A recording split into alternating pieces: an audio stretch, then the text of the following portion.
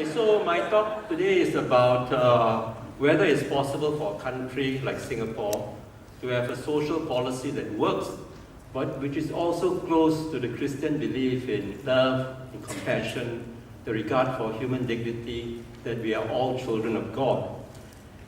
Can a country balance to what is often seen as very conflicting needs? The need to be economically competitive, but also to be compassionate and generous in the help it offers the needy, the vulnerable, the downtrodden.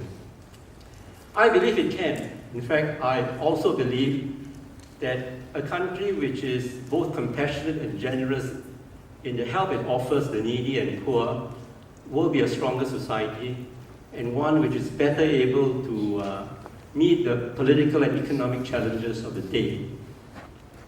So the question really is, can Singapore be such a society? I think it can, but it is not yet. So why is it not yet? I think to answer that question, you have to go back to Singapore's early development. You know, when Singapore became independent in 1965, it was a poor, struggling, third world, vulnerable country, no natural resources. It had just been kicked out of Malaysia, completely dependent on the outside world for trade and investment. And I think the people and the leaders knew this and knew that to survive and to do well, it has to be an exceptional country, you know, producing better goods and qualities than the countries in the region.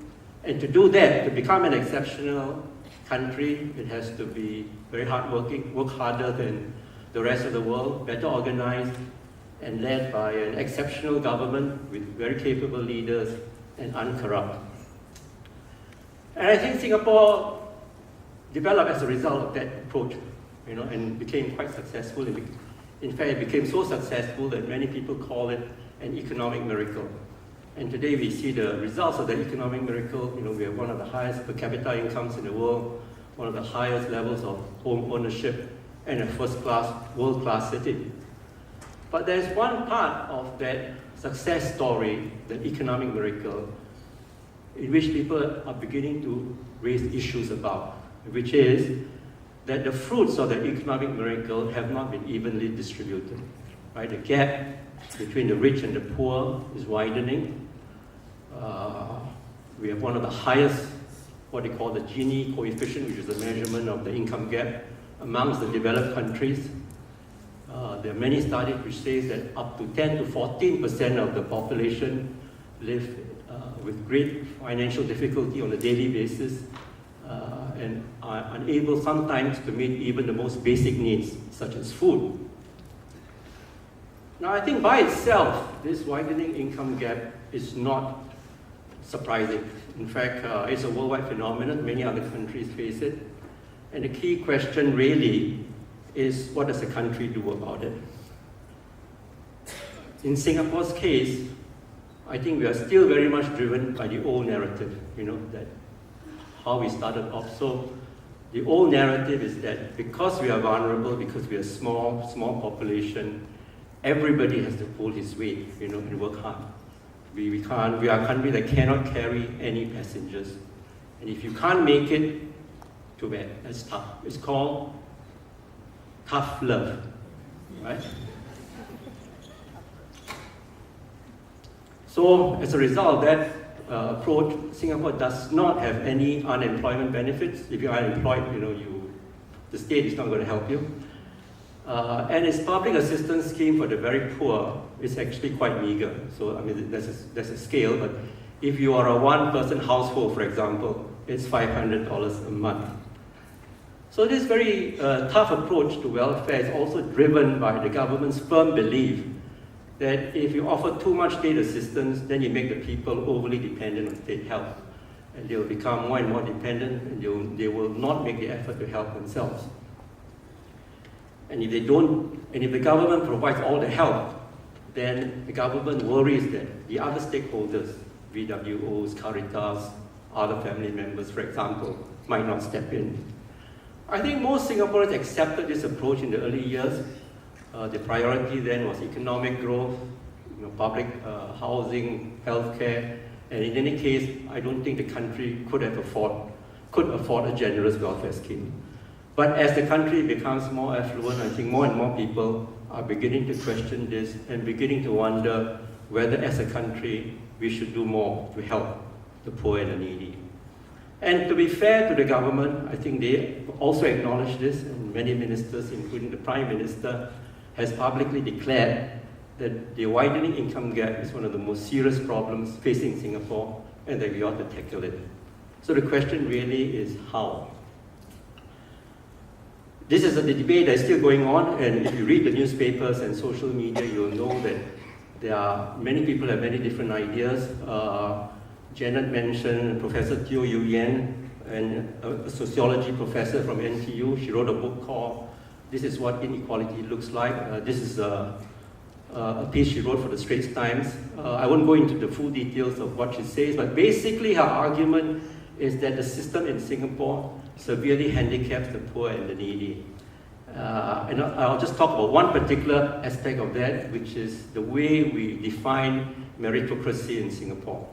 So, you know, in Singapore, you have to do very well in schools academically.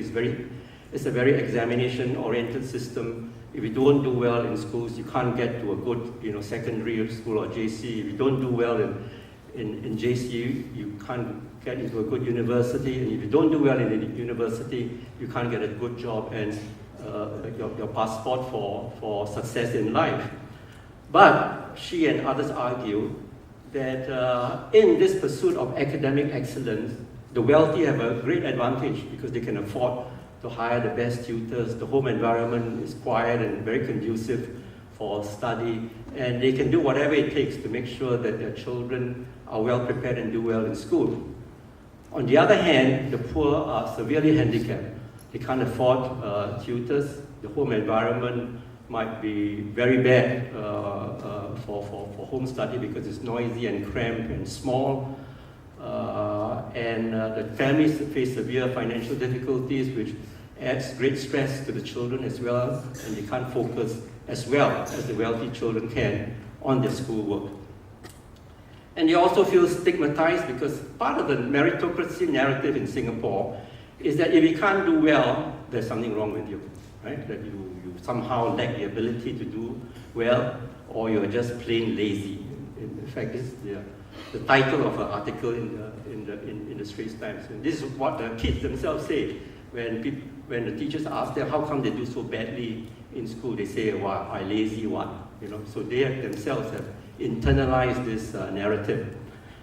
On the other hand, the so-called opposing camp in this debate argue that actually the poor in Singapore are much better off than in many other countries and much better off than they were in the past. That there are many schemes, many subsidized healthcare schemes, many subsidized housing schemes to help people. Childcare facilities are heavily subsidized for the low income. They also argue that if you do too much to the poor and the needy, then they become overly dependent on state welfare and they will not make the effort to help themselves. In fact, they often cite the experience of social workers involved in this, and many social workers tell them that whenever the social worker raises the issue of jobs, for example, some of these families get very upset. Some of the young children in these families tell the social workers, why is it that their parents can't give them pocket money but can spend money freely on cigarettes and alcohol. I believe actually both sides are very well-meaning and have valid points. I think it is true that if you offer too much state assistance too freely and unconditionally, you will make some people overly dependent on state help. On the other hand, in one of the richest countries in the world with one of the highest per capita incomes in the world, do we really want to see in many hawker centers and public toilets frail elderly people having to work, just to make a living? So, what is a well-meaning Catholic to do? Can be quite confusing, right? Before I go on, let me hasten to add that I'm a very new Catholic. I was only baptized last year. And I'm only beginning to understand the faith. But short though my spiritual journey has been, I think it has had a profound effect on my thinking about this issue. So as you know, Christians believe that God's love is perfect and unconditional, that we are all children of God. And because we are all children of God and He loves all of us, we too should love all our fellow human beings and feel for their struggles, their hardship, their challenges, and their poverty. And I think the Bible is very clear about this. And you find many passages on it. Let me just read what St. Paul said in 1 Timothy chapter 6. Command them to do good, to be rich in good deeds, and to be generous and willing to share. In this way, they will lay up treasure for themselves as a firm foundation for the coming age, so that they may take hold of the life that is truly life. So I think as for individual Catholics, our obligations to the poor is very clear. But what about the state? Now, I think that's a totally different issue, because the state has many responsibilities, right, to make the economy competitive, public housing, healthcare, and so on. And with my very limited knowledge of the Bible, I think the Holy Book is not so clear about the duty of the state in alleviating poverty. And I think it's an issue that's been debated by very many people, much more knowledgeable than myself. But I do have something to say about how Singapore should approach this issue, perhaps not as a Catholic, but as a concerned citizen. How many minutes? 4 minutes, okay. Can I pray for more? So I think the answer has to do with the narrative that I mentioned earlier. So I believe the first part of the narrative is still valid. We are still vulnerable. I mean, we are still very small with a small population. But I hope we can change the second part of the narrative. And the second part of the narrative, you'll remember, is that because we are vulnerable, we cannot spend too much resources on the poor and the needy. And that if we do, we will make them weak and dependent. I think that while there is some truth in it, it is a very uninspiring narrative and in need of an overhaul. So what is the new narrative I'm suggesting? I think it is this: precisely because we are small and vulnerable, that we should adopt a different approach, one that treats every single person as special and unique. Every Singaporean matters. Everyone is special and has unique abilities. Some people need more help than others in discovering and developing what those qualities are, and we should help them to do so. And therefore the state has an important role to do so. Now I think there's a huge difference between the two narratives. See, in the first narrative, the help we offer is charity we offer because these people are somehow lacking in ability to help themselves, or they don't want to make the effort. And we offer the help a bit reluctantly, and many times with this view that we are wasting resources on them. I don't think this is how we build a community where people believe they are equal and share a common purpose. So in the new narrative that I'm proposing, we help because we believe that every person has something to contribute. If we only discover what it is, and we will all truly benefit from it. In helping him or her, we are helping ourselves. We're not doing it out of charity, but out of a common desire to improve the entire community. But it is very important when we make this change that we get rid of this mindset, which is very entrenched, I think, in Singapore, that some people have ability and other people do not have. We have to truly believe in this. This is not easy, but this is social mission conference, right? Where we are used to aiming for the stars or the heavens. And we all know that when God sets us a task to do, He has a solution for us. And provided we have faith in Him, and the faith that we must have in this case is to believe that everybody has unique abilities and qualities. And I think we can see many examples of it.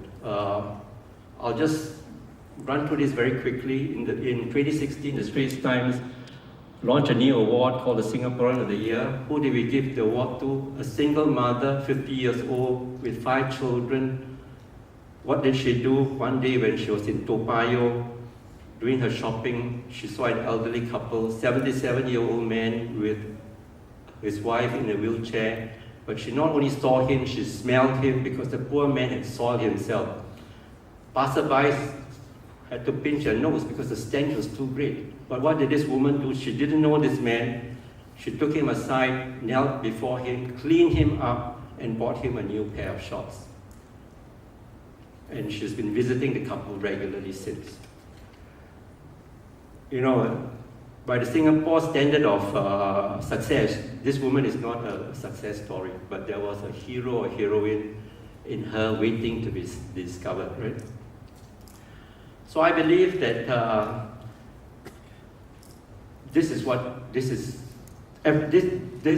we need to discover the special qualities in every person.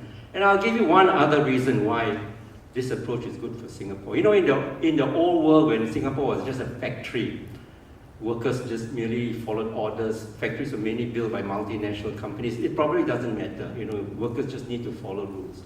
But in the new economy, where we are supposed to compete against the advanced countries in the creative and knowledge industry,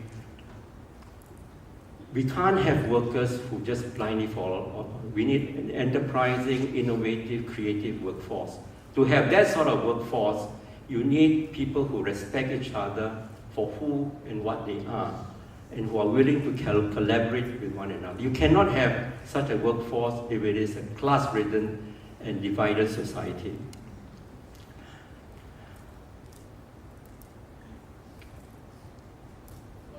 Okay, I'm saving the best for last. I think the best part of this approach that I'm advocating is that it is also exactly, of course, what Christians believe in, right?